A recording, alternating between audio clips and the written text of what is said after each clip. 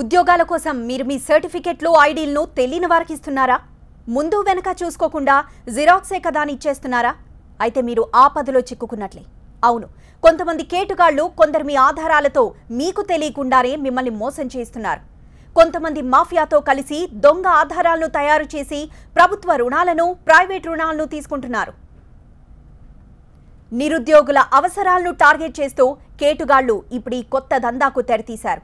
ఉద్యోగాలు ఇప్పిస్తామంటూ దొంగ వెబ్సైట్లు సృష్టించి, దొంగ కంపెనీలను ప్రారంభించి వారి దగ్గరున్న సర్టిఫికెట్లు, ఐడీలను తీసుకొని వాటిని ఫోర్జరీ చేస్తున్నారు. చేసిన ఫోర్జరీ ఆధారాలను ఇష్టానుసారంగా వాడుతున్నారు. ఒక ప్రూఫ్తో మరో ప్రూఫ్ సృష్టించి ఎక్కడికి వెళ్లినా వాటినే ఉపయోగిస్తున్నారు. అంతేకాదు, మరో అడుగు ముందుకు వేసి బ్యాంక్ అకౌంట్లు క్రియేట్ చేస్తున్నారు, లోన్స్ తీసుకుంటున్నారు. ఆధారాలన్నీ పక్కాగా ఉండడంతో బ్యాంక్ అధికారులు కూడా లోన్ ఇచ్చేస్తున్నారు. కొంతమంది అనధికారికంగా ఫోర్జరీ మాఫియాతో కలిసి దంతా చేస్తున్నారు. ఎక్కడికక్కడ సీక్రెట్ గా ఒరిజినల్ ను తలదన్నే విధంగా డూప్లను తయారు చేస్తున్నారు. ఫోటోలు వారికి ఇష్టమున్నవి పెడుతున్నారు, కానీ మిగతా సమాచారమంతా పక్కాగా నింపేస్తున్నారు. సత్య అనే బాధితుడి ఫిర్యాదుతో నిందితుడు దీపక్ దాస్ బండారం బయటపడింది. పోలీసులు గట్టిగా నిలదీయడంతో ఉన్నదంతా కక్కేశాడు. తప్పు చేశానని పోలీసుల ముందు ఒప్పుకున్నాడు. సత్య అనే వ్యక్తి ఐడీలతో బ్యాంక్ లోన్ తీసుకున్నట్లు ఒప్పుకున్నాడు. నిందితుడిని అరెస్ట్ చేసిన పోలీసులు ఈ వ్యవహారంలో ఇంకా ఎవరెవరు ఉన్నారనే దానిపై కూపీ లాగుతున్నారు.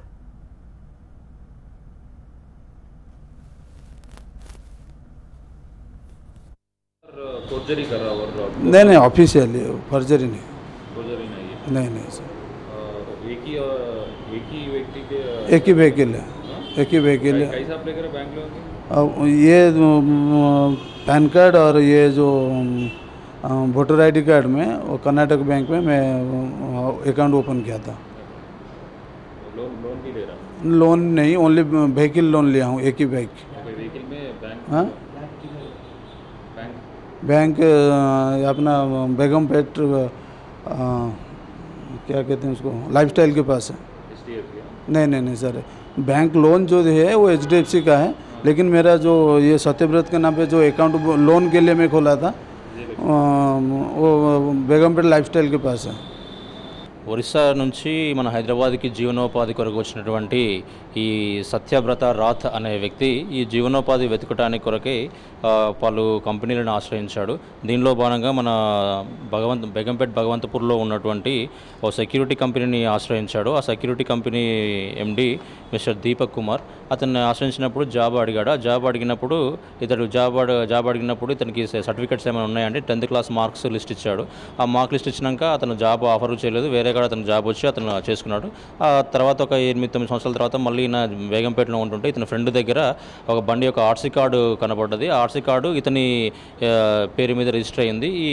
చూసి RC కార్డు తీసుకొని ఆ సెక్యూరిటీ ఆఫీస్ MD దగ్గరికి వెళ్ళి ఇది నా పేరు మీద మీరు ఎలా చేస్తారని క్వశ్చన్ చేస్తే అప్పుడు నువ్వు ఇచ్చినటువంటి మార్క్ లిస్ట్ ఆధారంగా నా ఫోటో పెట్టి చేశాను, నాకు అవసరం ఉండడం వల్ల చేశాను, మీకు చెప్పకుండా చేశాను అని చెప్పడం వల్ల అతడు అది గ్రహించి వెంటనే IPC 468, 471 and 420 IPC cheating case కింద కేసు రిజిస్టర్ చేయడం.